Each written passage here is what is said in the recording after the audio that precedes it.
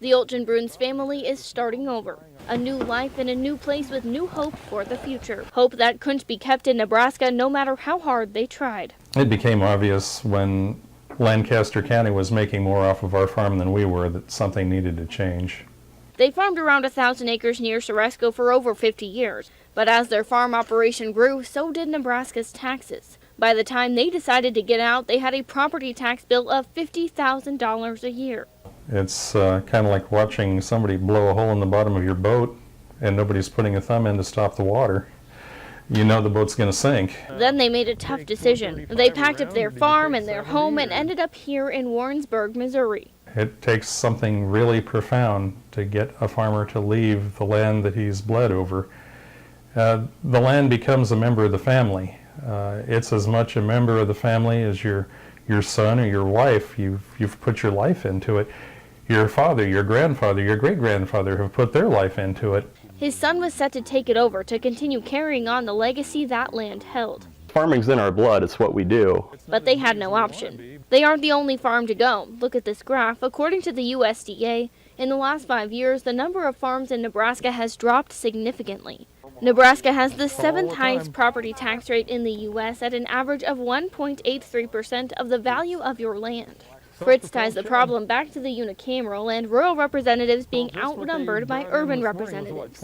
They're just piling on ag, and with low commodity prices and high input costs, coupled with these insane property taxes, there isn't any money left. Nebraska's building their economy on a house of cards. In Missouri, their situation is very different. They've gone from paying $50,000 in property taxes to less than $1,500, and they own more land. Yeah, it's glorious. As far as being here, I think one of the first things we noticed was the feeling of just freedom. Freedom from giving away everything we produce to the government.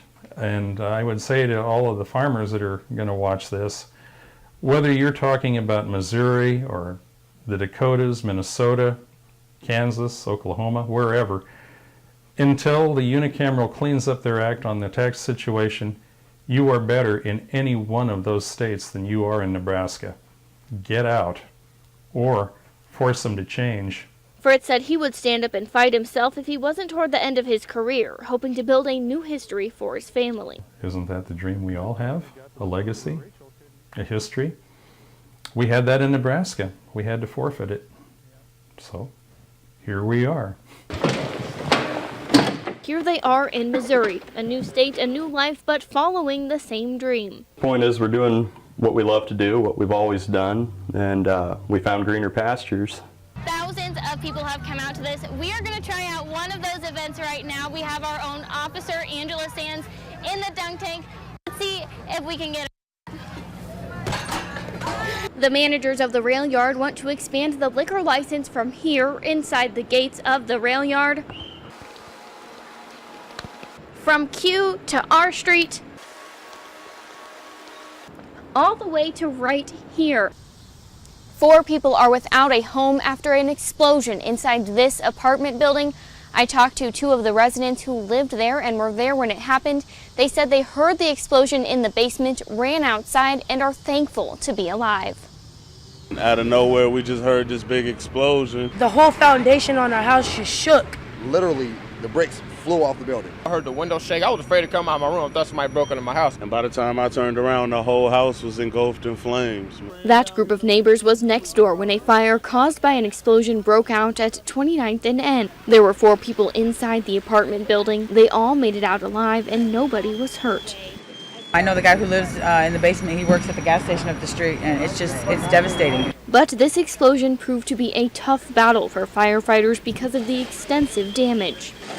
Did pull all the crews out and went defensive because of the possible collapse, and we didn't want to have anyone injured. They'll likely still be there for much of the day into Thursday, monitoring hotspots. We're not going in, so we're shooting water from the outside on this. The damage also makes things difficult and dangerous for fire investigators. They've done all they can from outside, but that hasn't shed light on what happened, and they need to get inside. We're going to be bringing in some heavy equipment to remove part of the unsafe area so we can get in and do our investigation. They haven't ruled out natural gas. The gas line from the outside up to the meter. They tested and was fine. Our focus is basically from the gas meter inside the house. Investigators will hopefully be back here tomorrow to get a better idea of what caused this damage. As of now, we are just thankful the 4 residents got out okay. The Red Cross was here this morning to help them find places to stay, as this is a total loss. In case you weren't able to make it out today to donate, the Battle of the Badges competition will continue through August. How often do you find yourself in this situation? You're driving down the road and your eyelids start getting heavier and heavier. And no matter what you do, you just can't wake up. I'm on North Cotner Boulevard between Garland and Layton Streets. This is where the accident happened, and we now know more about that crash.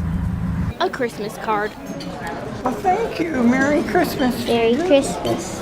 It's a small gesture that can go a long way. To Silas Parker, a 3rd grader here in Lincoln, this small gesture means a lot. My Girl Scout group, we started caroling here, and that made everyone really happy. So then I thought about I could come here and give Christmas cards. She decided she wanted to deliver not just a few cards, but 1,000 Christmas cards. She took the first batch to Clark Geary Assisted Living Facility today. That's very nice. Each card was hand-designed by Silas and printed by Goldenrod Printing for free. One of the residents, Marilyn Holcher, says she used to be a teacher, and seeing Silas reminded her of how much she loves spending time with children. She's just wonderful. But Silas isn't doing this for the compliments, though she got many. I think someday your name will be on the greeting cards that we will buy. Because that's very special. Thank you. You're welcome. She does it to make others happy. I hope they think that I was thinking of them. You're welcome. I think that means a lot, especially to people who are maybe in the rest home or places that can't get out and get around. She does it to show people what Christmas is really about: giving, sharing, and caring.